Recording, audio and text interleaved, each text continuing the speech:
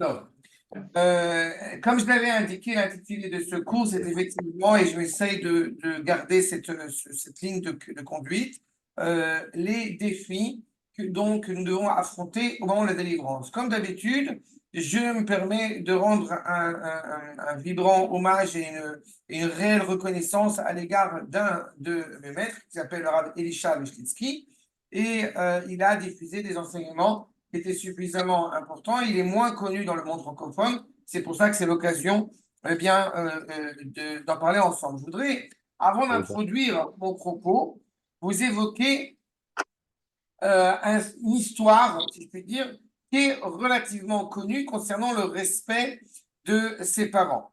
Nous avons Rabbi Tarfon, et on va voir justement pourquoi est-ce que c'est directement rattaché par la suite à la manière dont on va affronter ces différents défis au moment de la délivrance. Ce qui est certain, c'est que on nous enseigne que Rabbi Tarfon, eh bien, il avait une manière de respecter sa mère avec énormément de valeur, énormément d'honneur, puisqu'à chaque fois que celle-ci voulait descendre du lit ou voulait monter du lit, eh bien, il lui servait réellement de faire la courte échelle, en tout cas, de l'aider pour eh bien, justement, monter pour pouvoir se reposer ou pouvoir sortir de son lit. À cela, nous allons avoir, disons, plusieurs réactions quand on évoque ce respect des parents tel que cela est exprimé par le billet de Rabbi Tarfon. À cela va dire Rabbi Yosef,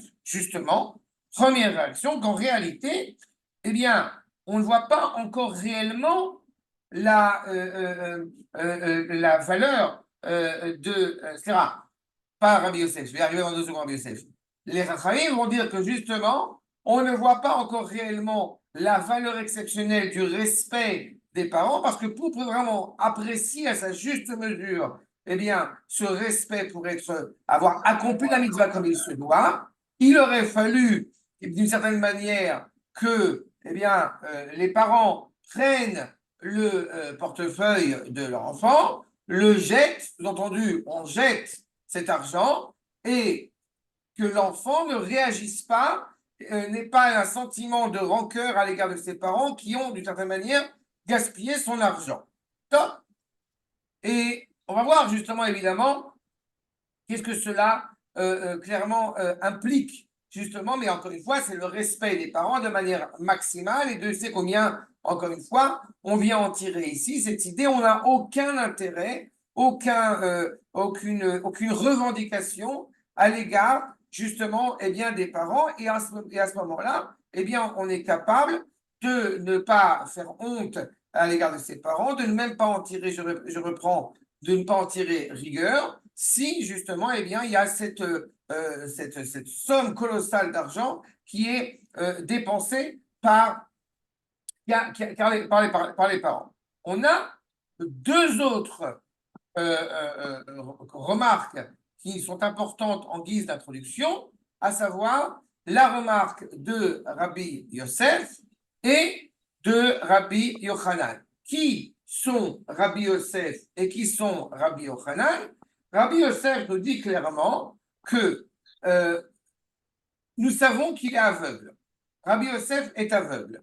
Et à chaque fois qu'il entendait rien que les pas de sa mère, il avait le sentiment, il se levait immédiatement, comme s'il avait du respect pour la présence d'Akash Baruch qui s'approchait de lui. C'est ainsi qu'il comparait sa mère à la présence d'Akadosh Baruch. Et nous avons Rabbi Yochanan qui, lui, eh bien, il est annoncé combien est heureux celui qui n'a pas vu les parents de Rabbi Yochanan. En réalité, qu'est-ce qui s'est avéré? Que le père de Rabbi Yochanan, eh bien, est décédé pendant la grossesse de sa mère, et sa mère, eh bien, décède à sa naissance. Par conséquent, il n'a pas connu ses parents. Comment est-ce qu'on peut parler de dire combien est heureux celui qui n'a pas connu, eh bien, les parents de Rabbi Yochanan? Je vais pas encore développer ce qu'on doit en tirer de cela par rapport à notre propos, mais je vais apporter un enseignement supplémentaire.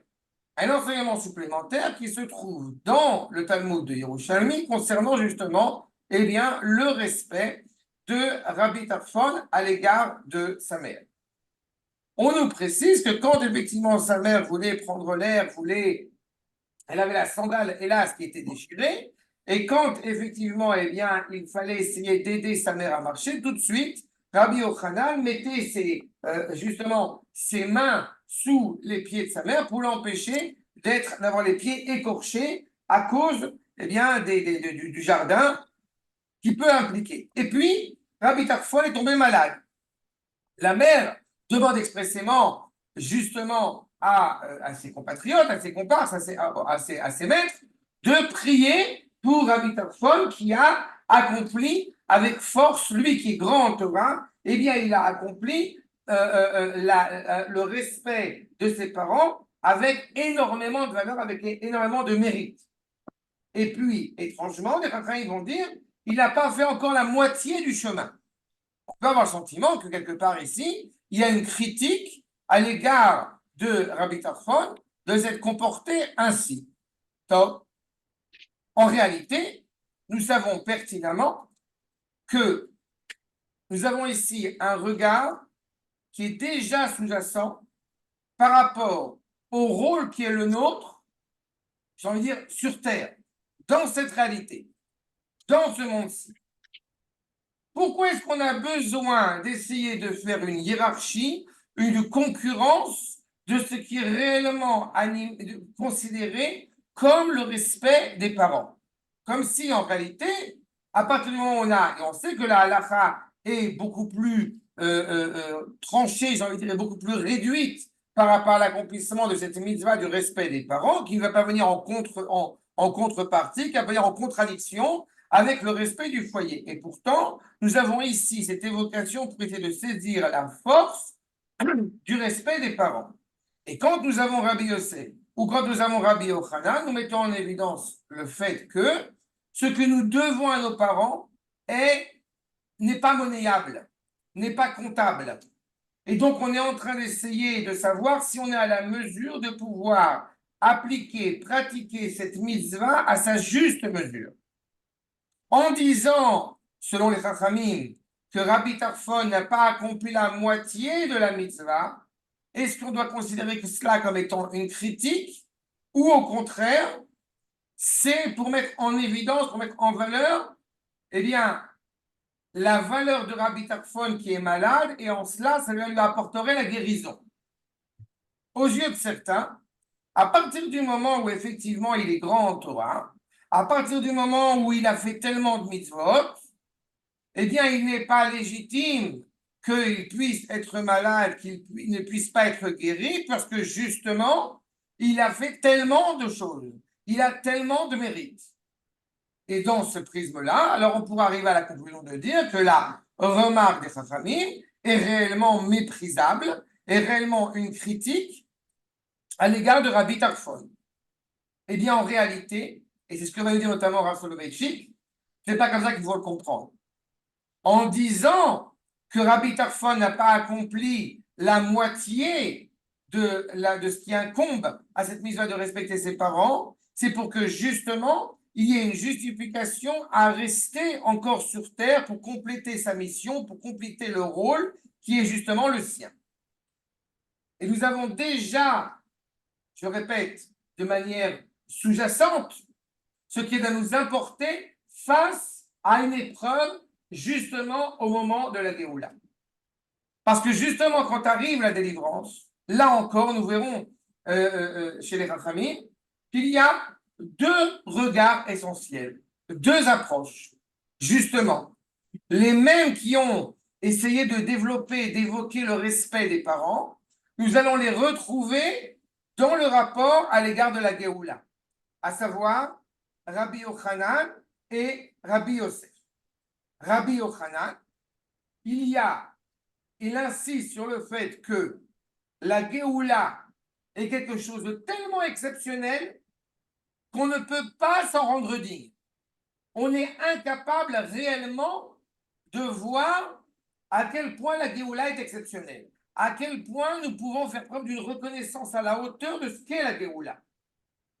Rabbi Yosef va dire, bon, malgré tout, on va essayer pour essayer au moins d'être à la hauteur, de respecter et d'honorer ce processus de la délivrance que nous sommes en train de vivre, eh bien, nous allons le mettre au même niveau que recevoir la résidence d'Akadosh Baruch Hu. Et nous avons exactement deux positions, j'ai envie de dire, deux positions qui, d'une certaine manière, a priori, pourraient se compléter, en tous les cas, qui essayent de signifier, essayent de réfléchir comment, eh bien, considérer, comment comprendre ce qui est en train de se passer.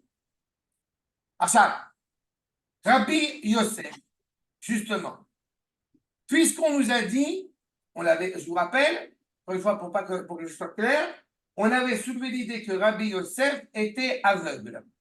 Par conséquent, quand il voit, quand il entend les pas de sa mère, eh bien, il entend la résidence d'Akadosh Baruch Hu. Dans ce parallélisme, dans cette analogie, avec la période messianique, nous sommes aveugles et nous ne voyons pas le processus qui est en place. Et pourtant, nous sommes conscients, si on regarde dans l'exégèse traditionnelle, qu'il y a un phénomène extraordinaire qui se produit. Mais ce phénomène extraordinaire qui se produit est semé d'embûches, et comblé de lacunes. Eh bien, Rabbi Yosef, justement, que va-t-il dire? Au moment de l'avènement messianique, il a un tel engouement, une telle émotion à l'égard de ce processus, qu'il est prêt à s'asseoir juste à côté des excréments, excusez-moi du terme, glalim, des excréments de l'âne.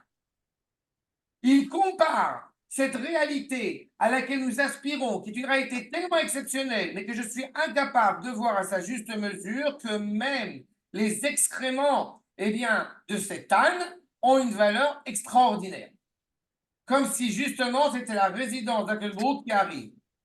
Mais à quoi fait-on référence quand on parle de cet âne? Souvent, on a tous entendu parler de ce Chamoro Shel Mashiach, de cet âne qui va annoncer l'avènement messianique. On sait pertinemment que quand nous parlons de Chamor, nous parlons de la matérialité, nous parlons d'une réalité, d'une expression malheureusement dramatique, où le matérialisme prend le dessus sur tout notre regard sur la réalité, et à cause de cela, eh bien, on finit par se demander si réellement la Géoula est en marche, si réellement ce processus auquel nous aspirons est en marche.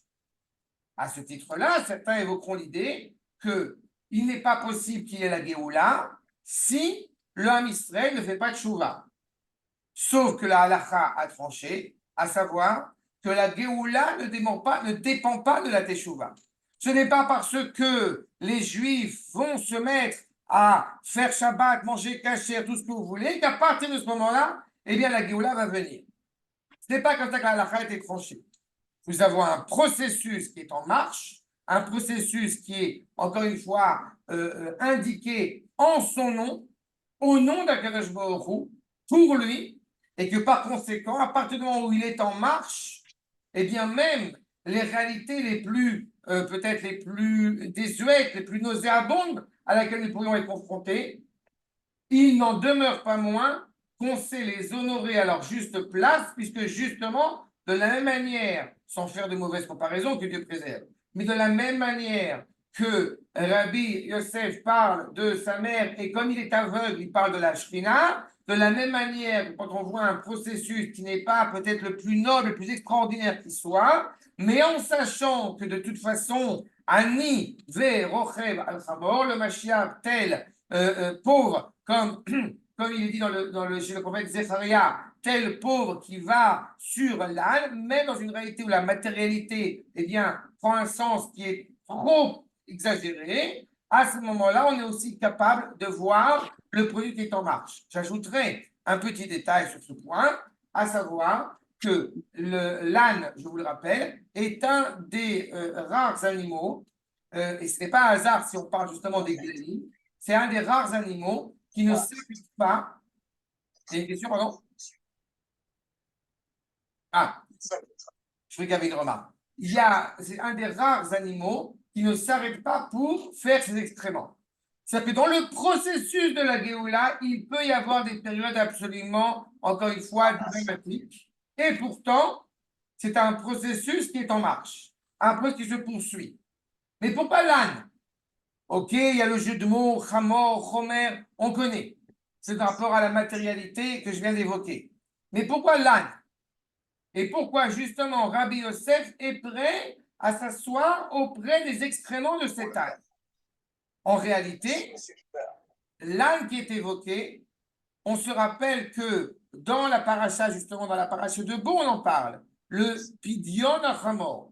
Il y a quelque chose, même si cet animal est impur à la consommation, eh bien, il y a quelque chose malgré tout, puisque on demande expressément à s'acquitter de ce premier âne qui va sortir.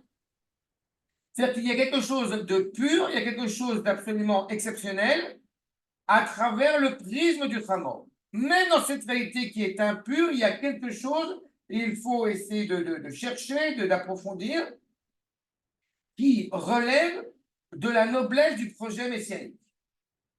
Ce qui est indiqué dans le même contexte, c'est-à-dire que malgré les difficultés qui sont clairement apparentes, eh bien, Rabbi Yosef, il veut malgré tout avoir le mérite d'en faire partie. C'est ce qui est indiqué dans ce processus-là. Maintenant, c'est clair jusque-là tout ce que je vous dis? À votre avis, vous êtes endormi, vous êtes endormi ou vous n'avez pas de questions? Non, non, moi, je dors. Hein. Non,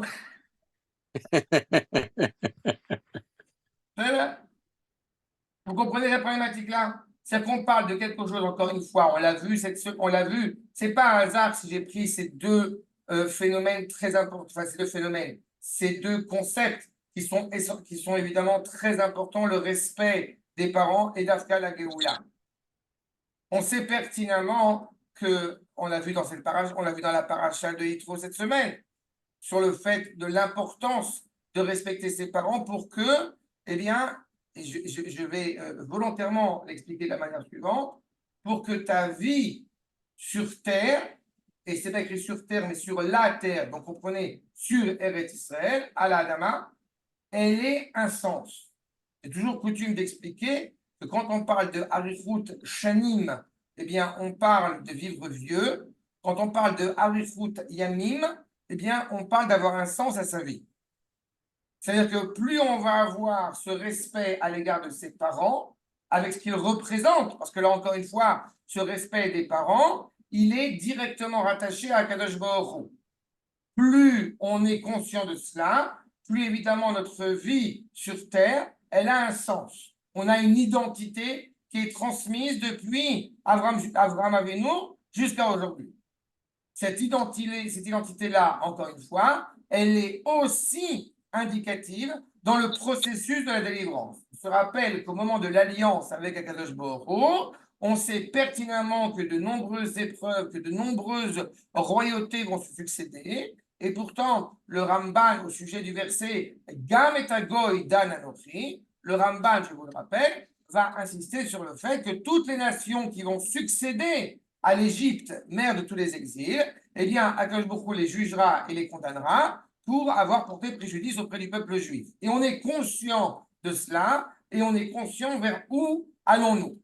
Mais nous savons aussi, hélas, au vu des enseignements de nos maîtres, que justement, au moment de la Géoula, nous avons quelques problèmes, quelques difficultés qui s'inscrivent dans ce processus.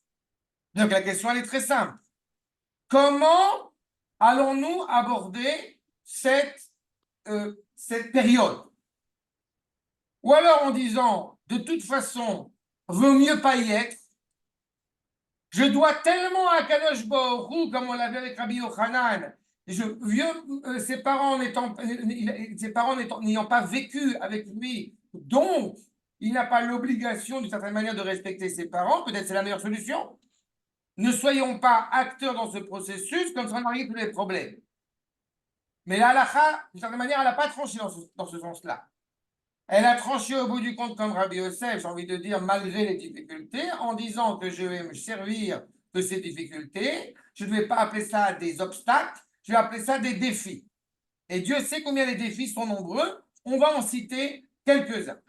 Le premier d'entre eux, qui est connu, c'est la chutzpah, le culot, l'effronterie. Je vous livre ce que disent nos maîtres, justement, à partir de la prophétie de Ishayahu. Shmona esre klalot, 18 malédictions qu'il est l'Ishayahu et Israël. A maudit Ishayahu et Israël, velo nitkarera dato, et il ne s'est pas calmé, si je puis dire. Ad she'amar lahem anikra hazeh, yir'avu anar bezaken, ve anikle banichbad. Que signifie ce verset? Yir'avu anar bezaken. Le jeune va, j'ai envie de dire, prendre de haut le vieux. Il y a cette réalité-là qui est là. En quoi le fait de savoir que ce qui était respecté hier n'est plus respecté aujourd'hui, que dans l'ordre de la hiérarchie, ou pas la hiérarchie, en tout cas dans l'ordre des générations, eh bien, le jeune qui soudain n'a plus le respect authentique à l'égard des anciens, en quoi cela va calmer, j'ai envie de dire, la colère du prophète. On serait d'autant plus inquiet par rapport à cette réalité-là. Il y a d'autant plus ici une remontrance face aux tzadikim qui n'ont pas su faire de remontrance à ces jeunes qui, semble-t-il, ne sont pas capables de respecter les anciens à sa juste mesure. Mais en réalité, ils ne peuvent plus faire des remontrances à ce moment-là parce que justement, cette jeunesse, si je puis dire, elle n'est pas prête à les écouter. Mais quand on réfléchit sur cette notion de chutzpah, justement, qui est clairement un phénomène négatif, on peut s'interroger sur les raisons de cette chutzpah. Qu'est-ce qui a effectivement poussé cette jeunesse à vouloir parler avec culot, à pouvoir manquer de respect aux anciens? En réalité, Rabotai, ce qui est énoncé ici, c'est le fait que cette génération ne veut plus accepter les choses de manière étroite. Elle exige, elle demande une Torah qui soit beaucoup plus grande. C'est un des sens de la chutzpah. Ce n'est pas seulement une chutzpah vis-à-vis des anciens en tant que parents ou en tant que personne plus âgée qu'elle. C'est une chutzpah vis-à-vis d'une Torah qui a été enseignée, qui a été réduite d'une certaine manière parce qu'elle n'a pas pris en considération tous les paramètres de l'identité de la nation. Et elle, justement, en demande. Elle veut clairement retrouver cette cohérence à laquelle nous avons déjà été encouragés, appelés à l'origine même de la nation hébraïque. Je me permets de vous donner une anecdote, un exemple très court. Un de mes cours que j'ai fait ces dernières semaines, eh bien, quelqu'un a mis une réaction. Le Talmud explique que Dieu n'a jamais demandé à faire un État juif. Alors, comme c'est évidemment une bêtise monumentale, mais ça m'a beaucoup fait rire, parmi les nombreuses bêtises que je reçois, puisque je me fais insulter au prochain de fascistes, de nazis, etc. Bon, c'est pas grave, on s'en fout. Mais ce qui m'a intéressé par rapport à cette remarque-là, le fait de dire que le Talmud n'a jamais dit qu'il fallait faire un État juif, je lui ai répondu textuellement ce que je vous réponds maintenant, à savoir que ça avait déjà été énoncé dans la Torah elle-même à Avraham Avinu, puis on retrouve cela dans la paracha de Yitro, Mamlechet Kohanim Vegoy Kadosh, et puis dans le traité de Sanhedrin, où on met en évidence le fait de mettre en place une entité politique. C'est-à-dire qu'en réalité, on a tellement véhiculé un message pendant près de 2000 ans d'exil que le judaïsme, eh bien, ne parle pas de certaines choses, ne s'intéresse pas à certains domaines, qu'on en a malheureusement presque oublié, que l'essence même de la Torah, c'est de s'intéresser à tous les domaines qui régissent d'abord et avant tout la nation. Voyez un exemple. Comment est-ce qu'effectivement nous pouvons entendre ce propos? Parce que justement, hélas, certains vont y voir de la chutzpah, puisqu'elle remet en cause peut-être certaines formes ou certaines manières d'enseigner qui ont été transmises, mais en réalité, il y a une soif de rencontrer la grandeur de la Torah, la grandeur d'Akadosh Baruch. Première réalité qui, je répète, est clairement un phénomène, clairement, il n'y a pas de doute sur le sujet, un phénomène clairement négatif, et pourtant, il relève d'une exigence, d'une demande de la Neshama qui se veut d'autant plus noble, d'autant plus grand. Et donc, à partir du moment où une réponse à la mesure de la génération n'est pas donnée, automatiquement, eh bien, il y a un coup de pied, j'ai envie de dire, hélas, dans la Torah. Il y a un coup de pied terrible dans la Torah, et pourtant, il n'en demeure pas moins, puisque la halakha est selon Rabbi Meir et pas selon Rabbi Yehuda sur ce point, il n'en demeure pas moins que les fils demeurent les fils. Même ces juifs qui se sont, d'une certaine manière, désolidarisés de la destinée traditionnelle, j'ai envie de dire, du peuple juif, eh bien, d'autant plus quand ils sont en Israël, ils participent pleinement à ce processus. Eux-mêmes ne sont pas toujours conscients pourquoi ils se révoltent. Mais quand on étudie la génération de la délivrance, notamment un article très important qui s'appelle l'article de la génération de la Géoula par le Rav Kook, eh bien, nous saisissons à quel point tout ce qui est en train de se produire a un sens. Le rapport des anciens aux enfants ou le rapport des enfants aux anciens, eh bien, ce n'est pas seulement une question, et c'est d'abord et avant tout pas une question d'âge, c'est une question par rapport à une vitalité de Torah à laquelle nous appartenons. Nous savons, comme rappelle Eliyahu Navi, n'est-ce pas, dans le Shabbat Agadol, le retour des fils vers leur père et des pères vers leurs fils, c'est de retrouver une vitalité de Torah qui s'énonce dans la grandeur, tout en étant fidèle à cette tradition, encore une fois, que nous perdurons depuis au moins Abraham Avinu. Sinon, à partir de Moshe Rabbeinu. Première problématique. Rabbi Yosef, que dit-il? Il y a un défi, il y a un tremplin qu'il nous faut essayer de comprendre pour pouvoir le supplanter.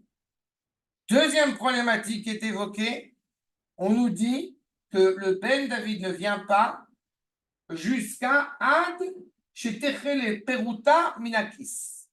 Techele Peruta Minakis, littéralement, une réalité économique particulièrement difficile.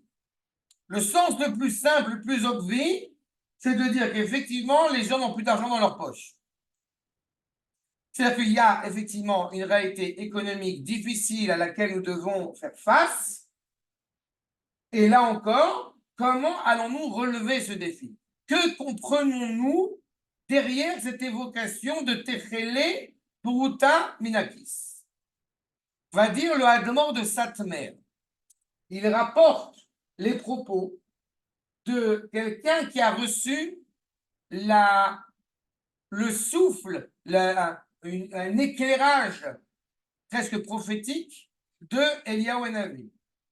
Que signifie Techele Peruta Min Akis? Eh bien, ce n'est pas seulement le fait de ne pas pouvoir finir le mois, c'est bien plus que ça. Dans le Techele Peruta Min Akis, vous avez en réalité un autre sens qui est évoqué. Ce n'est pas seulement le sens de « il n'y a pas d'argent », c'est le sens de « kli ». Jusqu'au moment où nous allons techele peruta minakis, au moment où nous allons cesser de donner sens au prati, à l'individu. C'est-à-dire qu'il semble que dans cette période messianique, quand le peuple juif est en train de se retrouver sur sa terre, est en train de reconstruire sa terre, eh bien, il arrive à un stade où, excusez-moi du référent, mais qui me fait toujours beaucoup rire, vous savez, vous avez dans Rocky 2 ou Rocky 3, je ne sais plus.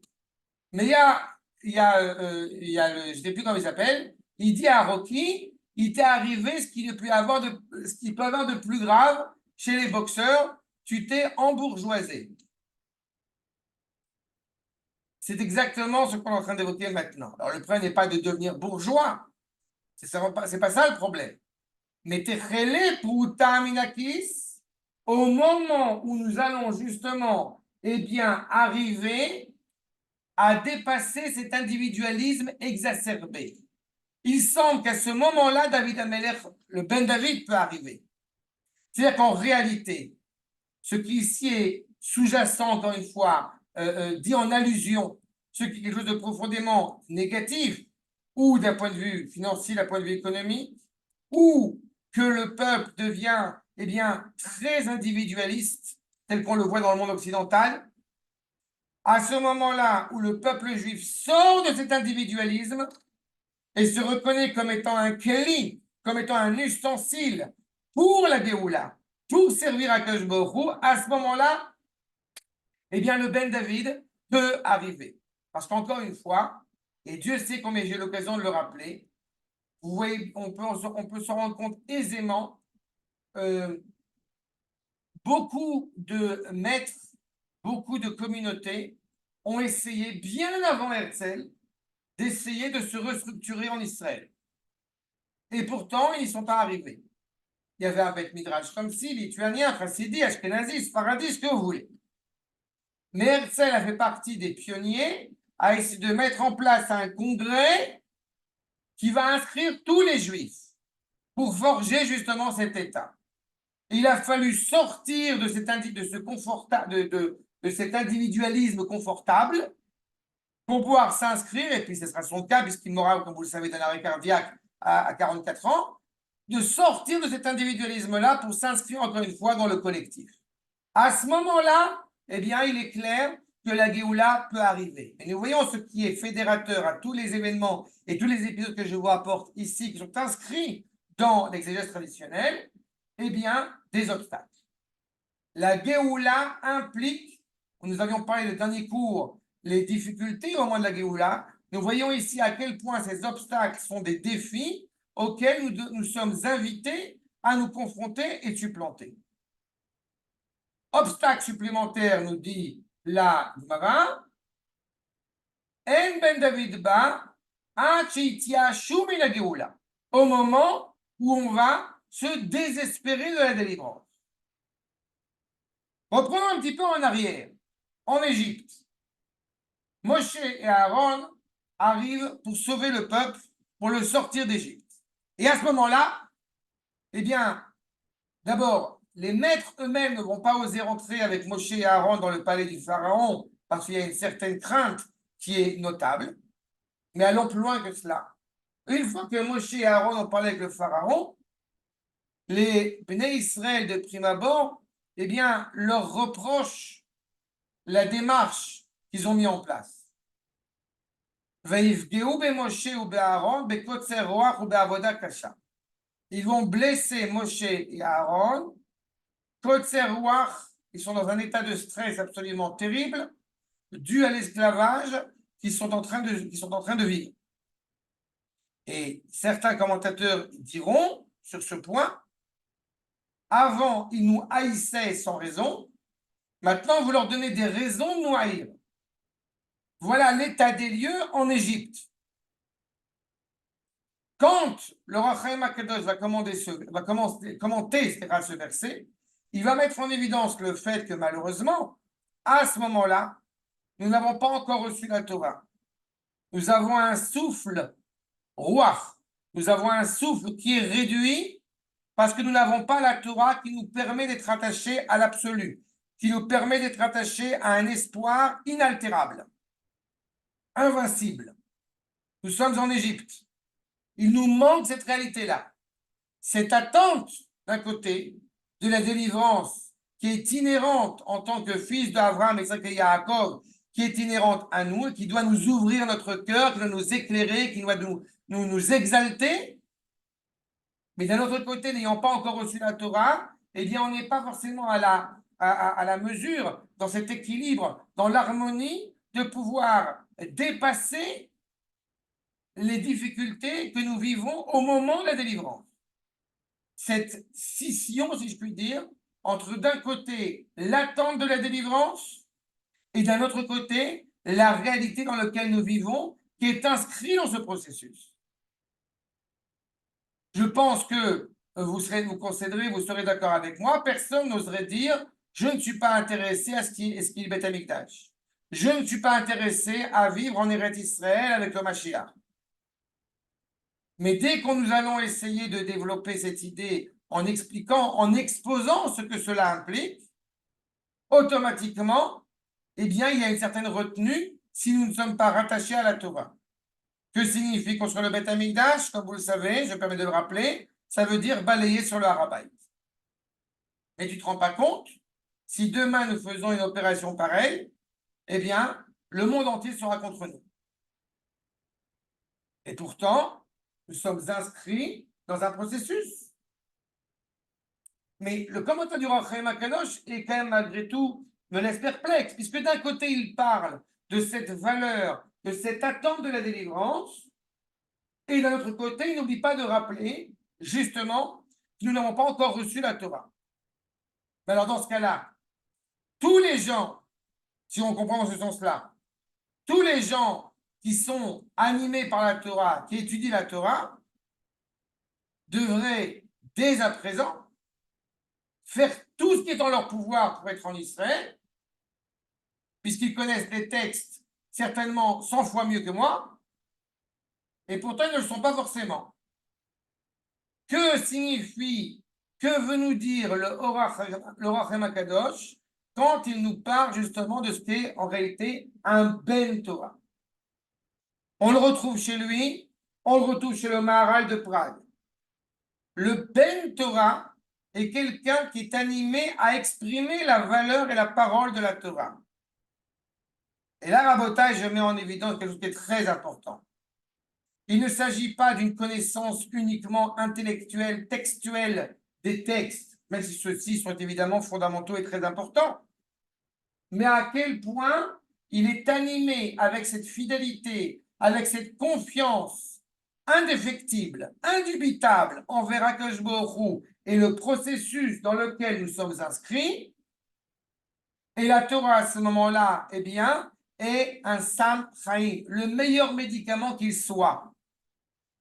Nous avons par exemple des éléments qui sont essentiels concernant le fait que la délivrance, eh bien, ait commencé, voilà, plus de 250 ans. Nous avons les élèves du Gaon de Vilna, comme j'avais l'occasion de l'évoquer. Nous avons les élèves du Baal Shem Tov, Rabbi Menachem Mendel de Vitebsk, entre autres. Nous avons l'évocation des fruits qui sortent en Eretz Israël. Donc nous savons pertinemment, nous n'avons pas de signe plus évident que la délivrance a commencé. Celui qui va être inscrit dans ce processus-là, celui qui va être attaché à la parole de la Torah, automatiquement, il ne va pas rentrer dans un parti politique. Il ne va pas... On a un avis politique quand on vote en Israël, bien évidemment. Mais nous ne parlons pas au nom d'un parti. Nous ne sommes pas, est-ce que tu es sioniste, est-ce que tu n'es pas sioniste? Non, nous nous inscrivons dans un processus tel que les maîtres, eh bien justement, nous l'ont défini, nous l'ont donné. Kotser Ruach, c'est justement, une fois que nous avons annoncé que la délivrance est en marche, à ce moment-là, eh bien, la question qui s'impose est la suivante. Est-ce que je dois accepter la réalité telle qu'elle est ou je dois me battre pour adapter cette réalité à l'idéal auquel nous sommes rattachés? Dira le Rav Kook que la seule vertu qui relève de l'hérétisme réellement, c'est le Yehush, c'est le désespoir. Les choses ne se passent pas comme je voudrais qu'elles se passent. Sauf que, dois-je le rappeler, Akadosh Baruch Hu ne travaille pas chez moi. C'est moi qui m'efforce de travailler chez lui. À partir du moment où nous savons que la délivrance a commencé, nous savons dès à présent qu'il y aura des difficultés. Nous savions à l'origine même du processus de la délivrance auquel nous sommes rattachés. Ayez a été indiqué au Chachamim. Je serai avec eux dans les misères, dans les détresses qui vont traverser maintenant. Je serai aussi avec eux dans les détresses qui vont traverser dans le futur. Mais quand on est profondément rattaché à la parole d'Akadosh Baruch Hu absolue, la parole de Torah, la parole qui annonce cette délivrance, alors nous ne sommes pas euphoriques. Par contre, nous savons que nous sommes engagés dans un processus tel Rav Yosef qui est prêt à être assis dans les glalim, je rappelle, les excréments du mort. Cherche et se trouve la vicieux. Ça, qui veut dire quelque chose. Dans le Flick Story de Jacques. Arshab, c'est exactement ce à quoi nous sommes confrontés. Mais alors que fait-on? Est-ce que nous devons être dans le Beth Midrash pour éviter les écueils, pour éviter les épreuves? Non. Puisqu'on nous dit que justement, le Ben David ne viendra pas tant qu'on ne sera pas désespéré de la Géoula, ce qui de nouveau apparaît profondément négatif. En réalité, c'est que même si nous avons toutes les raisons de nous désespérer d'une certaine manière d'un processus qui semble douloureux, en réalité, c'est l'opportunité pour nous de prier, de se tourner vers Akadosh Baruch Hu pour qu'il nous donne la force de révéler ce qui est au-dessus de nous, de révéler la mission qui est la nôtre. Et c'est là où j'arrive j'ai envie de dire, l'essence même de ce que représente la Géoula pour le peuple juif. Mais avant cela, s'il y a des remarques ou des choses qui ne sont pas claires, je vous en prie. Aboutaï? Est-ce que le processus que j'ai entamé avec vous est suffisamment clair, est suffisamment limpide? Hein? Il n'y a pas de réponse? Top. Madame Sheila, j'adore ce prénom. Est-ce que c'est clair?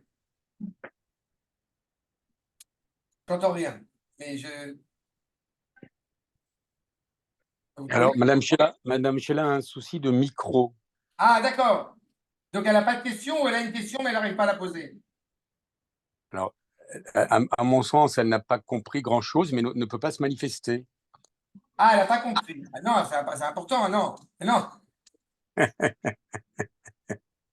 Est-ce que. Non, c'est très important. C'est pour ça que je me suis arrêté. Parce que c'est important pour moi que vous compreniez bien le processus qu'on est en train de mettre en place.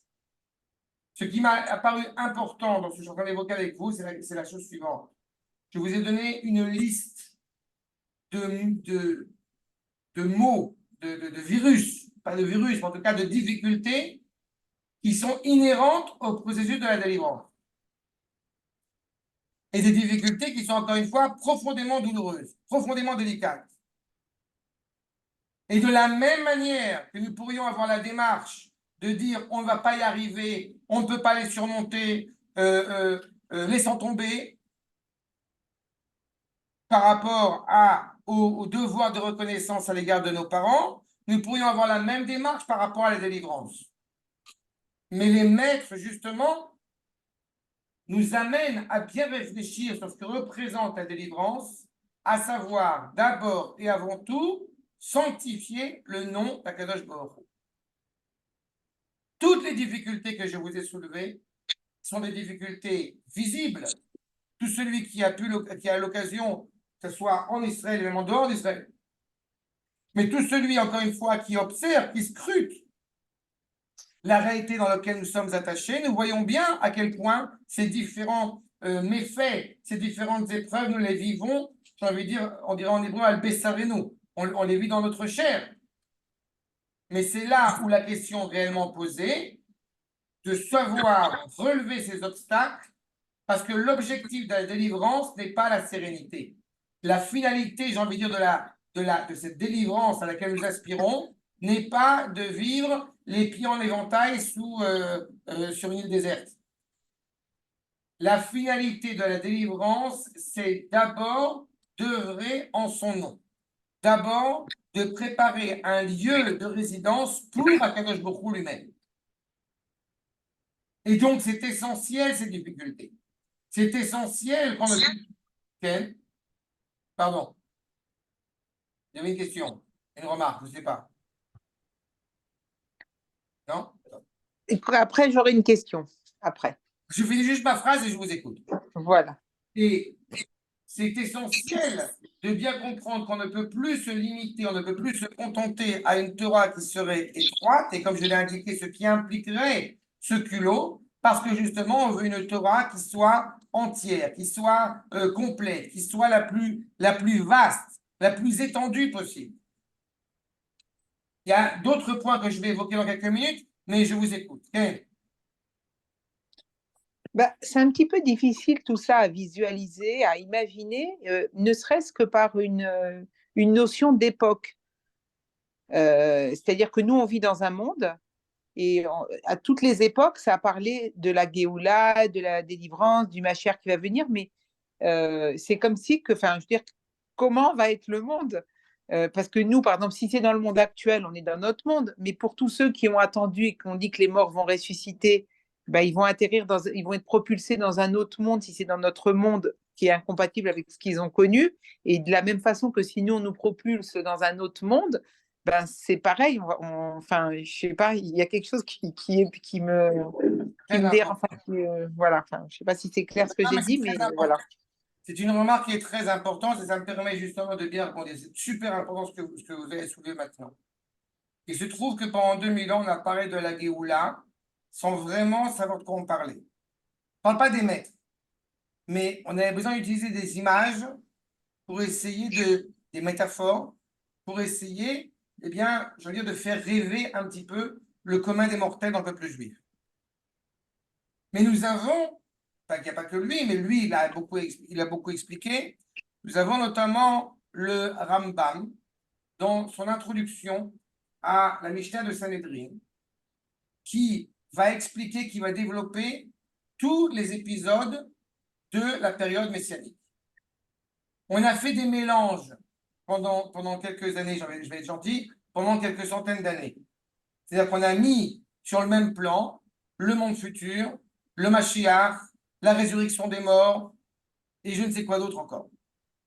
En réalité, dans la Gemara, si les maîtres s'interrogent si ça vaut le coup ou ça ne vaut pas le coup de vivre à l'époque messianique, c'est parce qu'ils savent pertinemment les difficultés qui vont être inhérentes à cette période.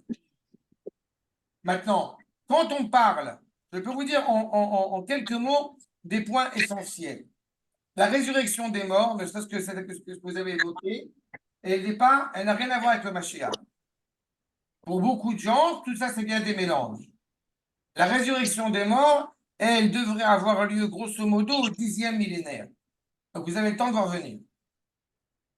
Et c'est une réalité que nous ignorons pour le moment, même si on y croit, même si on y adhère évidemment, puisque cela fait partie des 13 attributs de la confiance envers Akadosh Baruch Hu, notamment du Rambam.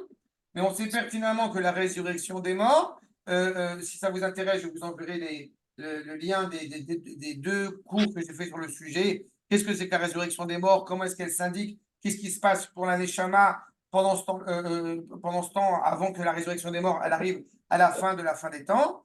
Mais en tous les cas, ça n'a rien à voir avec le Mashiach. Le Mashiach, c'est une entité politique, et même là, dans le Mashiach, vous en avez deux, si je commence à rentrer là-dedans. Dans le Mashiach, vous avez ce qu'on appelle la période de la messianité dite descendante de Yosef Hatzadik, le Mashiach ben Yosef, et nous avons le Mashiach ben David. Il a été admis, il a été établi que la période du Mashiach ben Yosef est une période.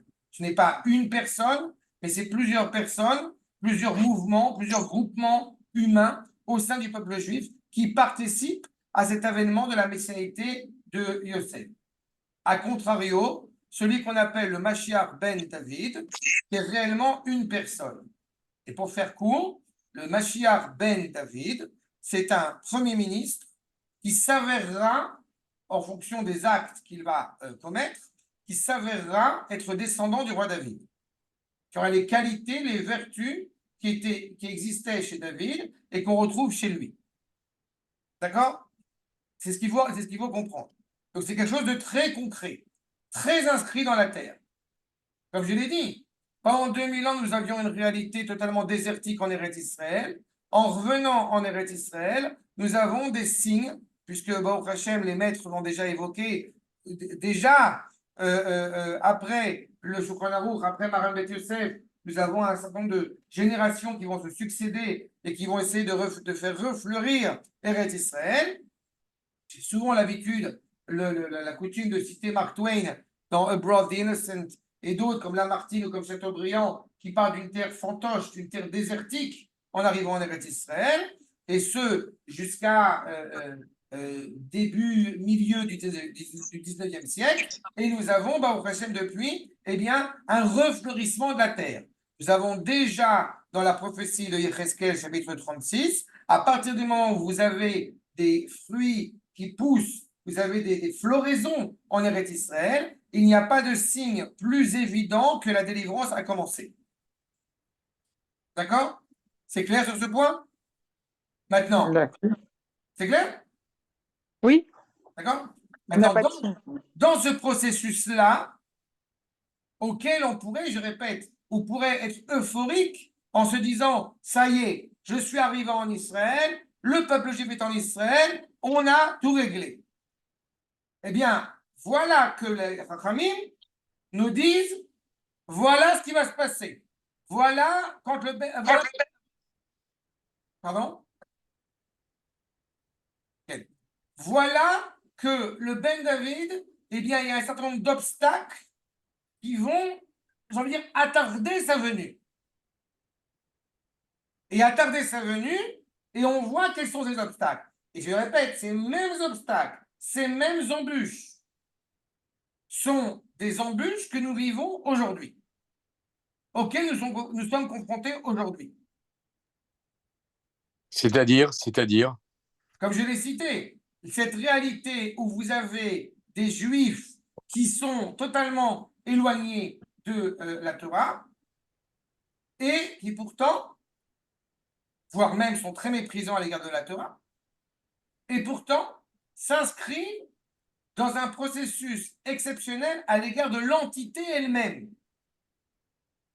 Je vais donner un exemple très concret.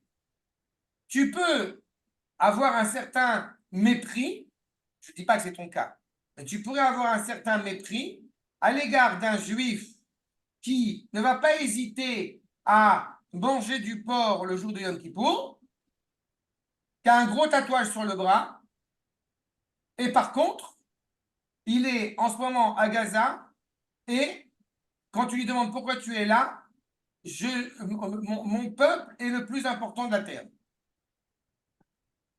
C'est une réalité à laquelle nous ne sommes pas toujours familiers et nous ne savons pas toujours quoi répondre.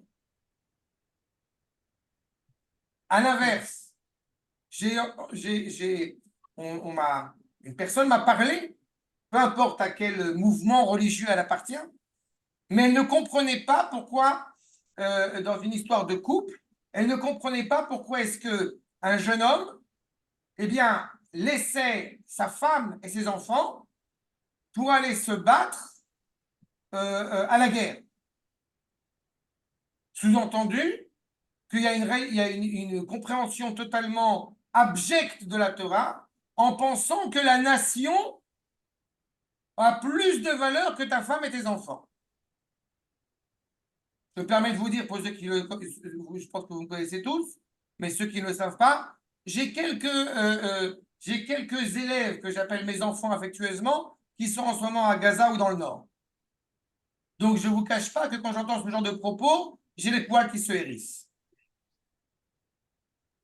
Et pourtant, ce sont des gens qui mangent kasher, qui font Shabbat, qui étudient la Torah, tout ce que vous voulez. Ce sont ces mêmes groupements qui vont essayer de vous expliquer les raisons pour lesquelles faire la Aliyah n'est pas quelque chose d'absolument important quand on appartient au peuple juif aujourd'hui. Cette réalité-là, alors qu'elle s'invoque au nom de la Torah, hélas, elle est totalement coupée de l'idée même de ce que représente la Torah. C'est le Techele Perut Minakis que j'évoquais tout à l'heure. Ce moment où nous vivons notre judaïsme à l'échelle individuelle. Comme vont dire certains, la religion, on la porte dans son cœur. C'est très sympathique. On a un petit problème. C'est que au Har Sinaï, quand Akadosh Baruch Hu, il s'adresse à nous, il ne s'est pas adressé à nous individuellement, de manière isolée, de manière privée. Il s'est adressé à nous en tant qu'entité hébraïque totale. C'est justement parce que le peuple ne représentait qu'un qu'il a été apte à recevoir la Torah à ce moment-là. Mais on a vécu en exil, dans une réalité pendant 2000 ans, qui mettait un point d'honneur à la religion à titre, comme son nom l'indique, la religion à titre individuel. Tu vis ta religion. Et pourtant, depuis maintenant plus de 75 ans, nous avons un renouvellement de ce qu'est Kol Israël, toute l'entité hébraïque. Les Juifs qui sont partis se battre à l'armée ne se sont pas dit « Est-ce que tu y vas, toi, parce que tu es séfarade, ashkénaze, lituanien, sioniste, pas sioniste ?» Non. On est embarqués tous ensemble dans cette entité, encore une fois, à se battre au nom du peuple, pour le peuple, dans le peuple. Voire plus que ça.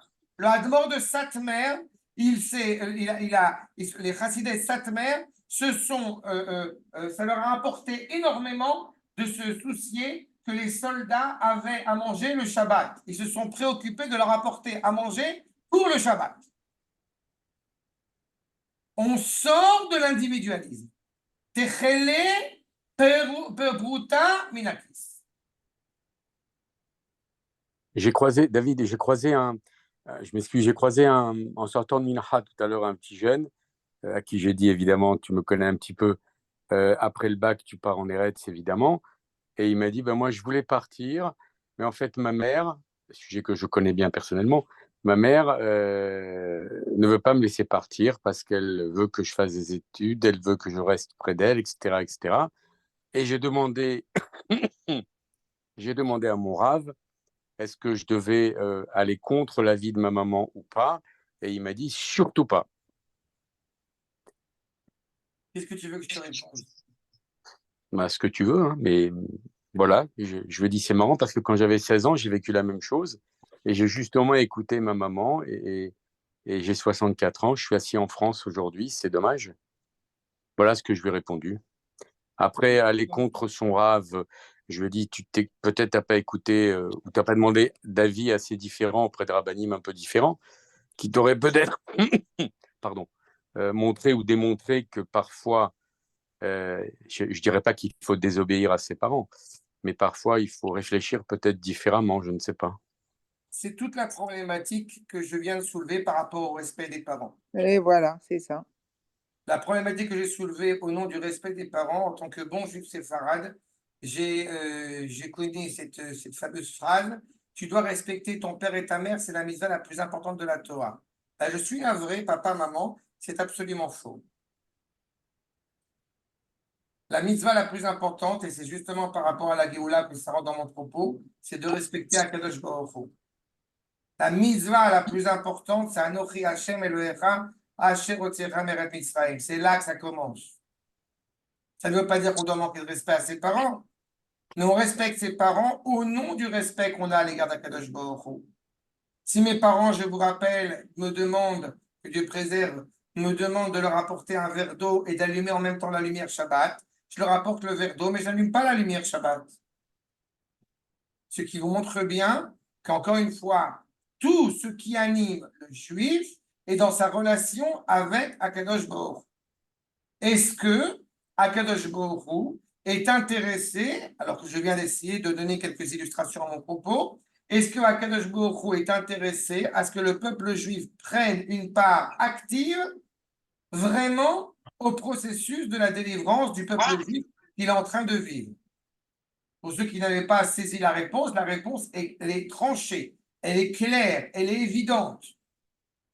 Ce qu'il importe, c'est évidemment de se préparer à cela, mais en aucune manière de fuir l'histoire du peuple juif. L'histoire du peuple juif se passe désormais en Eretz Israël. L'histoire du peuple juif ne se passe plus en terre d'exil. Nous ne sommes plus en exil, bien évidemment, mais l'histoire du peuple juif ne se passe plus en dehors d'Eretz Israël. À titre individuel, je peux amener 1000 raisons pour lesquelles on a plus intérêt à être en dehors d'Israël qu'en Israël. Parce qu'il y a les avantages sociaux, parce qu'il y a les allocations familiales, parce que ce que vous voulez. Mais à l'échelle de la destinée du peuple juif, la question ne se pose plus. Mais est-ce que vous ne pensez pas, Rav, que les Juifs qui vivent en dehors d'Israël apportent un soutien énorme à Israël avec tout ce qui se passe à travers le monde, et que si on était tous en Israël, ça serait peut-être différent. On n'aurait pas ce soutien pour essayer d'ouvrir les yeux de certains dirigeants du monde. C'est une noble tâche. C'est une tâche vaine, mais c'est une tâche noble vaine. tâche. C'est une vaine vaine. tâche. Ah oui, d'accord. Bon. Je vais vous dire pourquoi c'est une tâche qui est vaine. Pas tout à fait votre avis, avec tout le respect. Non, mais je suis. Rassurez-vous, je m'attendais. Maintenant, je voudrais juste rajouter quelque chose et je vous laisse aussi répondre à Thierry, que j'ai entendu dire que sa mère l'a empêché d'aller en Israël et aujourd'hui à 60 ans. Eh ben, moi, je dirais à Thierry, peut-être que à 60 ans, tu es encore ici en vie et peut-être que tu aurais été en Israël, tu aurais fait peut-être une guerre et tu serais peut-être plus là et que tu n'aurais pas de descendance, etc. Donc, souvent, c'est important d'écouter ses parents aussi. C'est très important d'écouter ses parents. Et je rajoute une dernière chose, Rav, avec tout le respect que j'ai pour vous, j'ai été outré par mon beau-frère qui est religieux, qui est à Bnei Brak, qui n'a pas donné, comment on dit, pour tenir son fils, son nouveau-né, Sandak, je crois que ça s'appelle comme ça, à son père, il a donné à son Rav. Alors là, je veux dire, excusez-moi, mais je vois pas où est le respect. Si maintenant on respecte pas son père, on donne pas son fils, mais il faut donner au Rav, etc. Ben, j'ai beaucoup de mal avec ça. Voilà, j'ai terminé. Je vous écoute. D'abord, la question du Sandak, ne me mettez pas là-dedans parce que ça n'a rien à voir avec notre sujet. On pourra en parler avec plaisir. Mais c'est le respect des parents. Oui, mais c'est pas le propos. J'ai utilisé l'histoire du respect des parents par rapport à ses maîtres.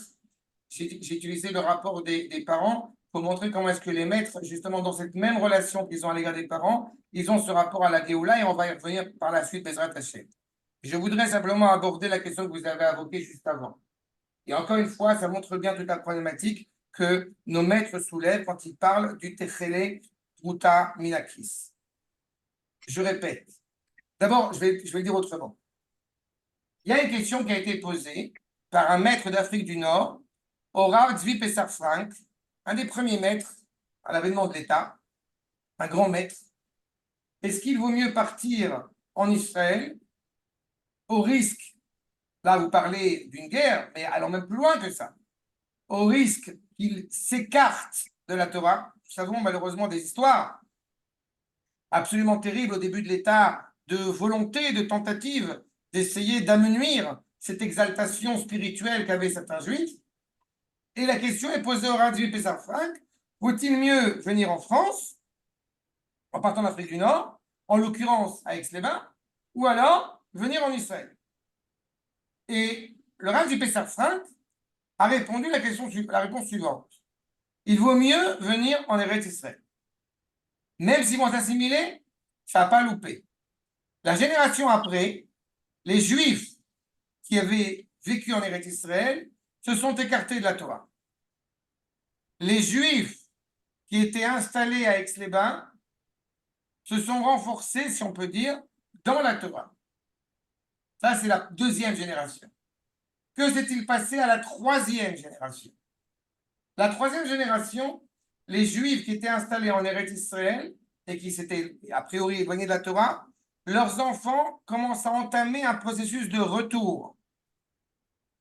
Et en plus de ça, machinalement, en se mariant avec une Juive, puisque jusqu'à preuve du contraire, en Israël, la grande majorité, Baruch Hashem, des citoyens israéliens se marient avec une Juive, eh bien, ils ont entamé un processus évidemment exceptionnel. À l'inverse, troisième, quatrième génération installée en France, ils se sont mariés avec des non-juives. Ça, c'est un premier détail. Et évidemment, là, malheureusement, vous connaissez la fin. Deuxième chose, des grands maîtres, comme Manitou, comme le professeur André Neher, et comme d'autres que vous connaissez certainement. Quand vous me dites, ou vous dites à Thierry, il serait venu en Israël, il y aurait une guerre, il serait peut-être mort, ça montre bien à quel point j'en suis navré si vous n'avez pas saisi le propos que j'ai tenu. On ne parle pas d'individus. Au contraire, mon plus grand regret, ayant 48 ans, c'est de ne plus être habilité à partir à la guerre pour aller faire ce que j'ai à faire. La réaction des Israéliens, vous avez des Israéliens qui sont installés en Allemagne depuis 10 ans. Peu importe ce que je pense du fait d'être installé en Allemagne, on sait très bien, ce n'est pas le problème. Mais être installé en Allemagne depuis 10 ans, une grande majorité est venue en Eretz Israël avec la ferme conviction de vouloir se battre, de ne pas imaginer une seule seconde qu'il y ait une guerre en Israël et qu'ils n'y participent pas. Quand vous abordez des gens, malheureusement, qui viennent, notamment, et pas que, de France et d'Angleterre aussi, j'ai entendu la famille de mon épouse, eh bien, n'attendent qu'une seule chose, il y a la guerre, venez vous réfugier chez nous. Mais demandez à des Israéliens, ils ne veulent pas se réfugier. Là où il y a la guerre, ils veulent être présents, parce que nous sommes justement acteurs dans cette société hébraïque qui est l'avènement de la délivrance. Nous ne sommes pas des individus isolés. C'est le premier détail. Le deuxième point que vous avez évoqué, la question, là encore une fois, je ne me réfère que à l'exégèse traditionnelle. La question de savoir si on a plus d'influence parmi les nations quand on est parmi elles, ou au contraire en Eretz Israël, la réponse elle est très simple. C'est la controverse qui a existé entre Yosef et Yehuda. Pendant 2000 ans, quand nous étions en exil, je peux accepter votre propos. Ce n'est plus le cas aujourd'hui. Mais j'utilise souvent cette image qu'a utilisée le Rav Kook. Nous prenons une lettre et nous avons une enveloppe autour. Et pas que concernant la problématique d'Israël. Toutes les problématiques morales et sociétales qui peuvent exister dans les civilisations, notamment occidentales. Pendant 2000 ans, quand nous étions en exil, nous avons influencé l'enveloppe. Mais la lettre qui est à l'intérieur, elle est restée pourrie. Je traduis simplement. N'oubliez pas un petit détail, c'est que tous les dimanches, à l'église, on mange le corps d'un juif et on boit son sang. C'est virtuel, mais c'est ce qui est dit, clairement. Pendant 2000 ans, on a influencé l'enveloppe, la couche extérieure. Aujourd'hui, en revenant en Eretz Israël, l'enveloppe qui est autour, elle est en train de tomber. Et la lettre qui est à l'intérieur, qui était profondément problématique, eh bien, elle est en train de se nettoyer de fond en comble. Je suis même surpris que vous soyez surpris quand vous me parlez de soutien à l'égard de la communauté, à l'égard d'Israël, alors que à chaque fois qu'on m'a reproché de me dire il ne faut pas oublier ce que la France elle nous a donné, et je réponds de ce que je vais vous répondre maintenant, je n'oublie rien de ce que la France nous a donné. Mais quand je dis rien. Ni la révocation de l'édictement de Louis XIV, ni Philippe le Bel, ni Philippe Auguste, ni Louis IX, ce pourri qui a brûlé 54 armoires de livres de Talmud sur la place de Paris, ni Clovis, ni Dagobert, ni Charlemagne qui a volé l'école au Chachamim de Baba Kama, ni Vichy, bien évidemment. Ou alors on fait une impasse sur l'histoire telle qu'elle nous arrange, ou alors on sait exactement mettre le doigt sur tous les événements qui ont marqué le peuple juif, beaucoup plus gravissimes que ce qui se passe aujourd'hui pendant 2000 ans. Ce qui se passe aujourd'hui de la part du monde entier à l'égard d'Israël, monde entier, à part certaines contrées ou parce qu'elles se sentent coupables de ce qui s'est passé il y a 70 ans ou pour une autre raison, mais en tous les cas, ce qui se passe aujourd'hui n'est simplement que l'illustration de ce que déjà est annoncé dans l'exégèse traditionnelle. C'est la 4e royauté qui est en train de sentir qu'elle est en train de tomber, donc il faut absolument qu'elle se rattache à quelque chose. Je vous encourage à aller lire un ouvrage très court qui s'appelle L'imprescriptible de Vladimir Jankélévitch. La seule manière de légitimer le comportement nazi qu'ils ont eu, c'est d'accuser Israël d'être nazi. Je ne suis pas surpris de ce qui se passe. La solution qui n'est pas une fuite en avant, la solution qui doit être la solution du peuple juif, c'est de dire il est temps de rentrer à la maison. Et je me permets d'ajouter un point supplémentaire parce que vous m'avez interrogé. La plupart des dignitaires politiques en dehors d'Eretz Israël, pour justifier leurs propos, pour cautionner leur volonté de dire qu'ils ne sont pas antisémites, c'est d'aller trouver une justification chez justement des juifs qui sont totalement déconnectés de leur identité juive de manière authentique. Vous avez celui que j'ai souvent cité malheureusement qui est absolument affreux, cette idée de dire que le plus grand danger pour le peuple juif aujourd'hui c'est l'État d'Israël. C'est exactement l'inverse selon le projet divin lui-même. Ken Sheila, pardon. Non. Non? Encore une fois, le processus auquel nous sommes attachés, ce n'est pas le processus du rabbin, ce n'est pas le processus du père en tant que réalité biologique, c'est le processus qui est énoncé par Akadosh Baruch Hu lui-même. Nous avons été au Har Sinaï, il a été indiqué clairement Mamlechet Kohanim Vegoy Kadosh. Voici la volonté résumée en 4 mots, la volonté d'Akadosh Baruch Hu. Mamlechet Kohanim Vegoy Kadosh. Une entité politique ayant pour but de servir Akadosh Baruch Hu. Goy, un corps, une réalité physique, corporelle, terrestre, Kadosh, animé par la sainteté. C'est l'épine dorsale de ce que nous avons reçu au Har Sinaï. C'est ce qui nous a animés pendant 2000 ans. Certains, peut-être, sont légèrement Alzheimer, j'en suis navré, mais c'est ce qui nous a animés pendant 2000 ans, et c'est au nom de cela que nous avons survécu pendant 2000 ans avec le seul espoir de revenir à la maison. Pas comme la tourterelle qui gazouille. Non. L'an prochain à Jérusalem, on est déjà préparé pour venir en Eretz Israël. Mais pour pouvoir arriver à cette conclusion, eh bien, il a fallu dépasser tous les obstacles, tous les défis que je savais qui m'attendaient. C'est ce qui s'est passé justement chez Rav Yosef. On peut repérer la difficulté et mettre le doigt sur la difficulté et du coup, se dire j'en suis incapable. C'est trop difficile pour moi. Parce qu'on voit bien réellement que, encore une fois, ces difficultés, je ne suis pas prêt à les affronter. Alors, dans ce cas précis, eh bien, nous allons mettre l'accent, en connaissant la difficulté, nous allons mettre l'accent sur la finalité du projet, à savoir, je vois la Shekhinah, je suis rattaché à Kadosh Baruch Hu. Ou alors, tel Rav Yosef, je vais justement mettre l'accent sur ce qu'il y a d'absolument exceptionnel, de ne pas voir le désespoir, de ne pas voir le culot, mais de voir, ils exigent une Torah beaucoup plus grande. Ils exigent des choses qui soient valeureuses. C'est un choix, mais c'est un choix qui est déjà énoncé, mais avec comme seul protagoniste qui est l'essentiel, les Ma'an Shemo Be'ava. On ne vient pas fêter, on ne vient pas collaborer à la délivrance du peuple juif parce qu'on veut kiffer. Non.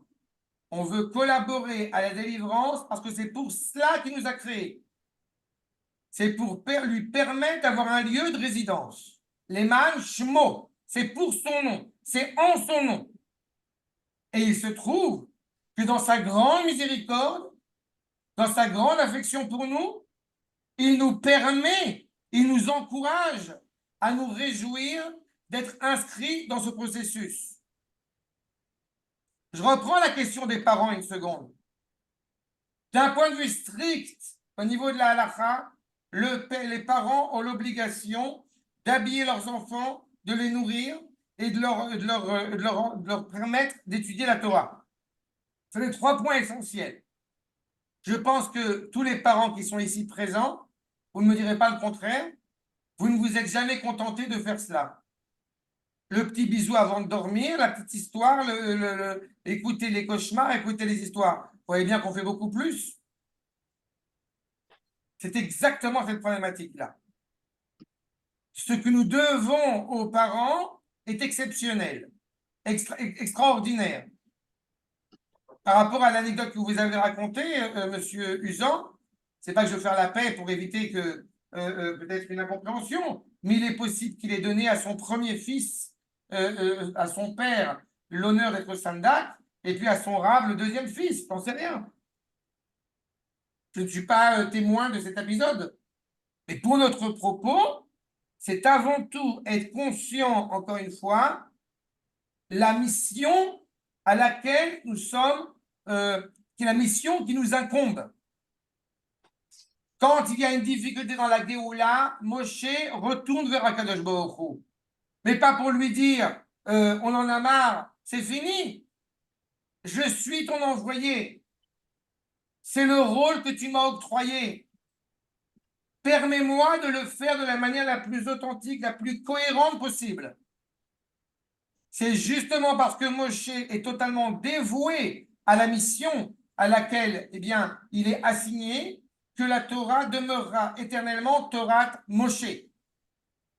Parce que nous n'agissons pas avec une recherche politique, une recherche d'un rôle, une recherche d'un orgueil mal placé, non, ou même de quelques monnaies, non.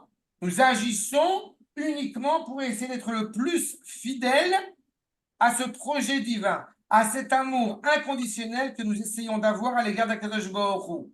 Nous le disons au moins 2 fois par jour, si ce n'est pas 3 fois. Ahavta et Hashem Elohecha bechol levacha bechol nafshecha ou bechol meodecha. Bechol nafshecha. Cette capacité à vouloir faire de don de soi, encore une fois, auprès du projet divin. Nous cernons la problématique à la racine et tous les défis qui s'annoncent devant moi ne sont pas là pour me désespérer, ne sont pas là pour m'aiguiller et me retenir, la guerre y compris d'ailleurs. Et heureusement, excusez-moi, monsieur Usan, de revenir là-dessus, mais heureusement que tous ces 500 juifs, ces 500 soldats de 19, 20 ans jusqu'à 40 ans qui sont partis, et les milliers qui sont partis, et hélas, certains sont tombés, mais heureusement qu'ils n'ont pas pensé une seule seconde, est-ce que j'ai un intérêt à y aller ou à pas y aller? Il y a un pourcentage surmultiplié de Miloïmnikim, de soldats qui sont partis se battre. Pourquoi? Justement parce qu'ils n'ont pas pensé à l'individu, ils ont pensé au peuple. La majorité des citoyens israéliens veulent continuer le combat jusqu'au bout. Et cela leur coûte cher, nous coûte cher. Mais moi, je ne dis pas le contraire. Ceux qui sont israéliens, qui sont là pour défendre leur pays, c'est très bien. Comme certains Français le feront pour défendre leur pays, comme d'autres le feront pour défendre leur pays, les Américains. Mais moi, je dis qu'on a besoin des Juifs de la diaspora qui peuvent influencer sur la politique pour aider Israël. Si aujourd'hui, il n'y avait pas les Américains pour essayer d'influencer, qu'il y a des armes énormes qui vont vers Israël pour qu'ils puissent les utiliser et combattre, si on est tous en Israël, j'ai du mal à croire que les Américains vont venir comme ça sans aucune influence des Juifs américains, qu'il n'y en aura pas, puisqu'ils seront tous en Israël. Tenez, on va vous aider. Ils n'en ont rien à cirer. Hein. Honnêtement, ils en ont. On a besoin, je ne suis pas persuadé tous les juifs. Moi, je suis profondément sioniste, j'ai un appartement en Israël, je vais souvent, j'ai mon fils qui habite, je vais 10 fois, mais je reste persuadé que si tout le monde est en Israël, c'est pas bon pour Israël, c'est tout. Vous pouvez pas me changer Là, que dans d'avis. votre On a prière, besoin, Moi, aujourd'hui, je suis d'accord. on a c'est fait pour ça que beaucoup dans de... votre prière, On a reçu ici chez nous, dans notre communauté, on a reçu l'ancien ambassadeur, on a fait des grandes collectes pour essayer de reconstruire le sud d'Israël avec ce qui s'est passé, le KKL, tous ces gens qui sont en dehors d'Israël, qui amènent cette aide en Israël. Israël ne peut pas. Regardez la misère qu'il y a en Israël, avec je tout le vous respect que j'ai répète, pour vous. j'entends votre Regardez la propos. misère qu'il y a en Israël. Il y a des gens qui n'ont pas de quoi manger en Israël. Moi, j'ai vu, j'étais en J'entends Israël. votre J'ai propos. mal au cœur de voir des gens J'entends avec votre comme propos. ça fouiller dans les poubelles. Fouiller dans les poubelles. Et le gouvernement israélien, qu'est-ce qu'il dit? Il dit ça, c'est pas de notre ressort. C'est les associations qui doivent aider les pauvres. Mais vous croyez que tout est blanc et blanc-bleu, c'est Alors, magnifique? j'entends votre C'est propos. pas magnifique en Israël. Aller en Israël, il faut avoir la parnassa, il faut avoir beaucoup de choses. Moi, j'ai un fils qui a fait son alia il y a 2 ans. Il a travaillé dans la tech. Avec la guerre, il n'a pas de travail. Il a une femme et un enfant. Il a perdu son travail. Oui, vit en Israël. Ouais, vit en Israël. Je suis désolé, je ne suis pas Bon, d'accord avec vous. bien Le fait. Rav Vous Sitruk qui n'entendez disait, pas mon moi propos, j'ai le donc je Rav vais Sitruk répéter. qui était en bas de chez moi. Il disait, messieurs, vous n'allez pas en Israël. Vous allez en Israël que si vous êtes sûr de votre parnassa. Vous allez en Israël si vous avez de quoi manger, faire nourrir votre famille. Alors arrêtez de dire qu'il faut tous aller en Israël. Non, il ne faut pas aller en Alors, Israël. Il faut aller en Israël si vous pouvez vivre je me décemment permets, et je vais encore être un si petit vous avez... peu dur. Monsieur Hudon, je vous ai entendu. Si vous pouvez me laisser parler, parce que j'essaie de donner Je un vous temps. laisse parler. Je Vous vous êtes laisse trop, parler. vous êtes Bien trop sûr. gentil. Alors, je vais vous répondre quand même, comme vous sachiez un petit peu les choses. D'abord, la question sur laquelle vous n'entendez pas mon propos, je n'ai pas dit que l'ALIA ne se préparait pas, ça n'a rien à voir, ce n'est pas le propos que je suis en train de tenir maintenant. Moi, le sujet de mon cours, de mon étude aujourd'hui, était justement d'essayer de voir comment est-ce que nous nous plaçons face aux défis qui relèvent de l'État d'Israël. Ça, c'est la première chose. De la situation en Israël au moment de la délivrance. Le deuxième point, quand vous me parlez, ce que vous me dites, jamais au grand jamais, je vous ai dit de ne pas préparer son alia. Ce n'est pas ça la question.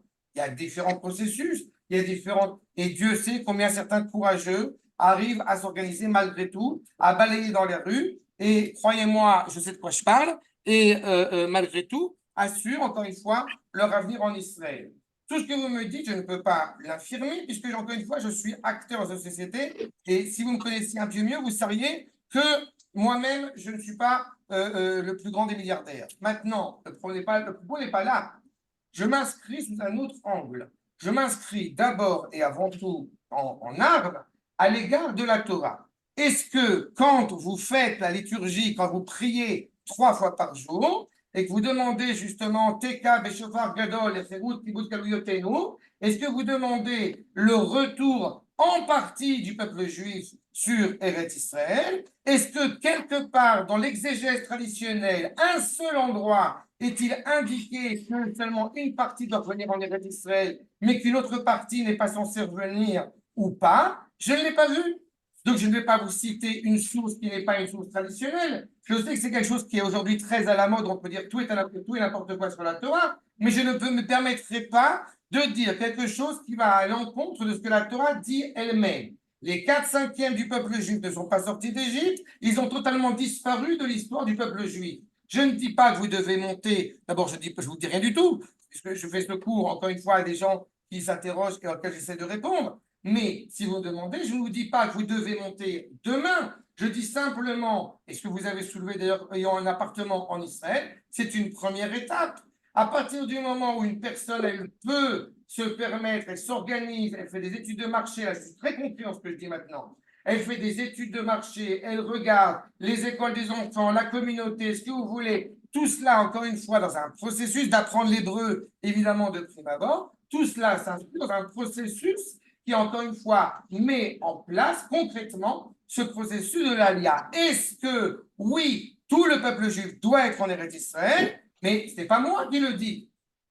Vous le dites dans la Torah 15 000 fois par jour. Donc, je ne vais pas vous inventer une parole qui n'est pas inscrite. Quand vous dites qu'il est normal que les Israéliens défendent leur pays, mais ce pays, justement, qui vous tient à cœur et qui est cher à toute la communauté juive à travers le monde, ce n'est pas un hasard si elle est chère si elle est chère à son cœur, parce qu'elle y est rattachée, parce qu'elle y est intimement reliée malgré elle. Quand nous avons justement des gens qui prenaient la parole pour savoir comment doit être menée la politique d'Israël, alors qu'ils ne sont pas acteurs dans la société israélienne, ça me fait toujours un petit peu perplexe. Les premiers antisémites qui vont reprocher à Anna Finkielkraut de lui dire « rentre chez toi à Tel Aviv », alors qu'il se dit juif, français, ça montre bien encore une fois, comme toujours, que les antisémites comprennent des choses beaucoup plus vite et beaucoup mieux, semble-t-il, que certains juifs eux-mêmes. J'en suis navré. Et je vous encourage à lire un certain nombre d'ouvrages, encore une fois, extraits de l'exégèse traditionnelle, de voir si effectivement la valeur d'Eretz Israël a une valeur si inconditionnelle. Peut-être j'ajouterai un point que j'ai déjà évoqué dans le passé. Quand une personne est mariée avec une femme qui ne fait pas Shabbat, qui ne mange pas kasher, loin de nous d'encourager le divorce. Et pourtant, quand une femme veut monter en Eretz Israël et son mari ne le veut pas, ou l'inverse, le Rambam l'écrit noir sur blanc, à savoir, oui, le divorce doit être promulgué. Donc, je répète ce que je dis, je parle au nom de la Torah uniquement. Juste, Rabbi David, pour répondre à mon ami Tzvi que j'estime, j'ai découvert il n'y a pas très longtemps, mais en tout cas que j'estime sur beaucoup de sujets, sur ce qu'il vient de dire, en tout cas concernant Eretz Israël, j'abonde à 100% dans ce que tu dis, Rabbi David, à ce sujet, c'est-à-dire qu'il y a des idées fausses, et l'histoire nous l'a prouvé, Tzvi, de dire on a besoin des Juifs qui ne sont pas en Israël. Je pense que c'est une idée totalement fausse, parce que ces Juifs qui ne sont pas en Israël, au cours des quelques milliers d'années, ont été tour à tour tués, décimés, parce qu'ils étaient Juifs. Il n'y avait pas Israël, donc c'est encore pire. Uniquement pour cette raison-là. Alors, est-ce qu'il vaut mieux rester en dehors d'Eretz Israël en pensant dans un coin de cerveau pour se justifier peut-être « Ah ben non, je vais aider Israël » en envoyant de l'argent, en faisant, etc.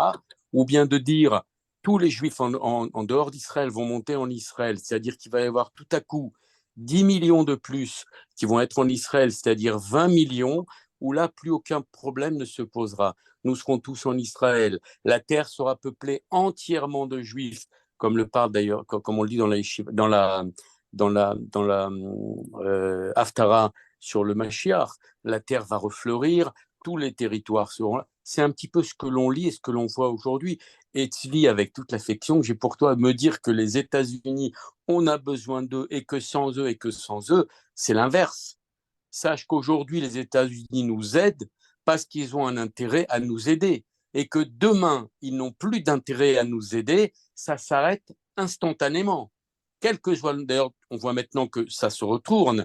Les Juifs qui aux États-Unis se disaient on est les rois du monde, regarde tout ce qui se passe aujourd'hui dans les universités. Donc, il faut un petit peu avoir une clairvoyance. Et je conclus mon propos, en tout cas, je vous laisse continuer à discuter, mais en disant que la seule sauvegarde aujourd'hui d'un Juif, c'est d'être en Eretz Israël. Sinon, il peut tout. À l'échelle de la destinée du peuple juif. Absolument. C'est ça qui est essentiel. Il ne peut plus y avoir. J'avais déjà eu l'occasion d'exprimer ma colère à l'égard de ces parallélismes, encore une fois, en disant depuis la Shoah, il n'y a jamais eu ce qui s'est passé dans l'État d'Israël depuis Simchat Torah. Et j'avais déjà exprimé totalement ma désolidarisation à l'égard de ce propos. Mais justement, parce que déjà, depuis le début de l'État d'Israël, on a eu des événements dramatiques sans compter, mais il est certain que grâce à l'État d'Israël aujourd'hui, il est beaucoup plus difficile d'attaquer le peuple juif en tant qu'État. On n'a pas d'antisémitisme d'État, encore une fois, grâce au fait qu'il y a eu cet événement de l'État d'Israël. Et encore une fois, je répète, c'est ce qui s'inscrit dans le processus de l'histoire du peuple juif. Dois-je rappeler que nous sommes sortis d'Égypte pour revenir en Eretz Israël, puisque c'était déjà inscrit encore une fois par le prisme de nos pères. De fait que ça soit difficile pour certains, et c'est tout à fait légitime, on ne monte pas de la même manière à 19 ans quand on monte quand on a 40 ans ou 50 ans. Vous avez tout à fait raison, monsieur Usan, c'est une réalité technique à laquelle j'adhère totalement. Et le fait de dire à un jeune homme qui est dans la force de l'âge et qui va faire médecine et qui va faire médecine et qui va étudier pendant 10 ans la médecine et que vous avez la certitude qu'il va forger en plus de cela un foyer juif, hélas, j'ai trop de chiffres pour vous démontrer à quel point cela est un leurre.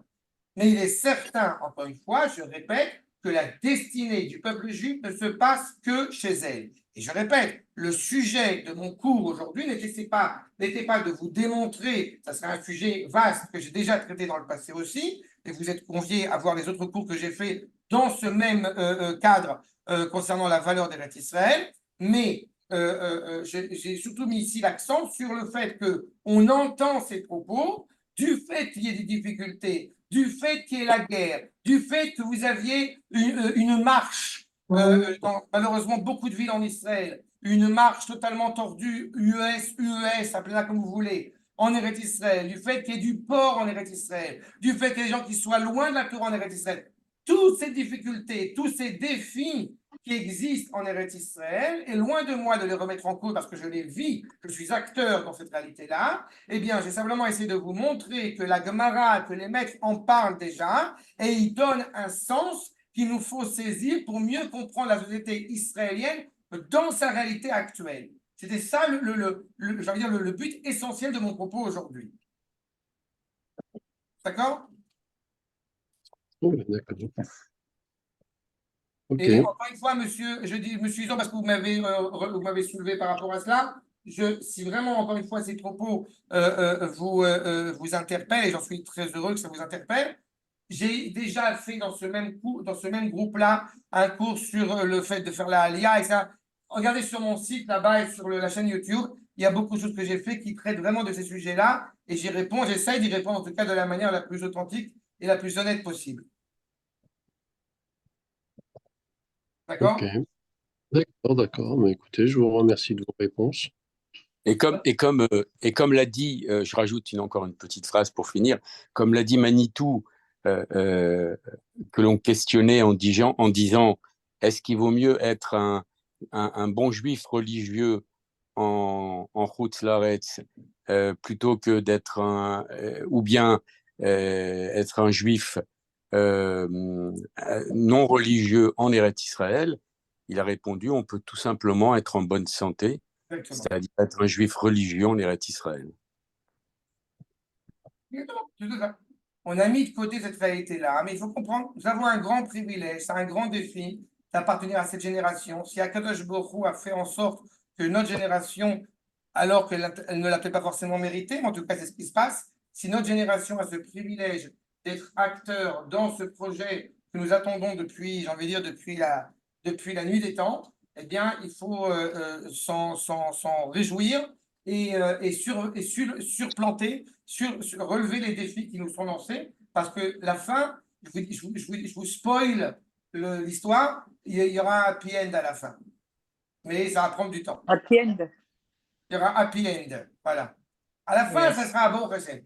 Ieto. Vous savez, le Rav Kook écrivait Historia avec un taf et pas avec un tête, parce que derrière tous les épisodes humains se cache évidemment la présence d'Akadosh Baruch Hu. Et Dieu sait, et je le vois en Israël, combien il y aura avant Simchat Torah et il y aura après Simchat Torah de cette année, dans le citoyen israélien, l'évolution des mentalités qui est absolument exceptionnelle, et pas que en Israël. Dans le monde entier, soudain, les Juifs, encore une fois, eh bien, votre Hachem se réveille et se revigore dans la compréhension de leur identité. Je pense que c'est ça aussi qui est une des marques les plus importantes et les plus nobles, qui, encore une fois, nous fait avancer un pas supplémentaire dans l'avènement de cette délivrance. Sur ce, s'il n'y a pas d'autres questions, eh bien, je vous dis à 15 jours. Il y a des questions? Il n'y a plus de questions. Bye. Thierry, dis au revoir pour tout le monde. Merci, Rabbi David. Salut à tout le monde et au À dans prochain. 15 jours. À bientôt.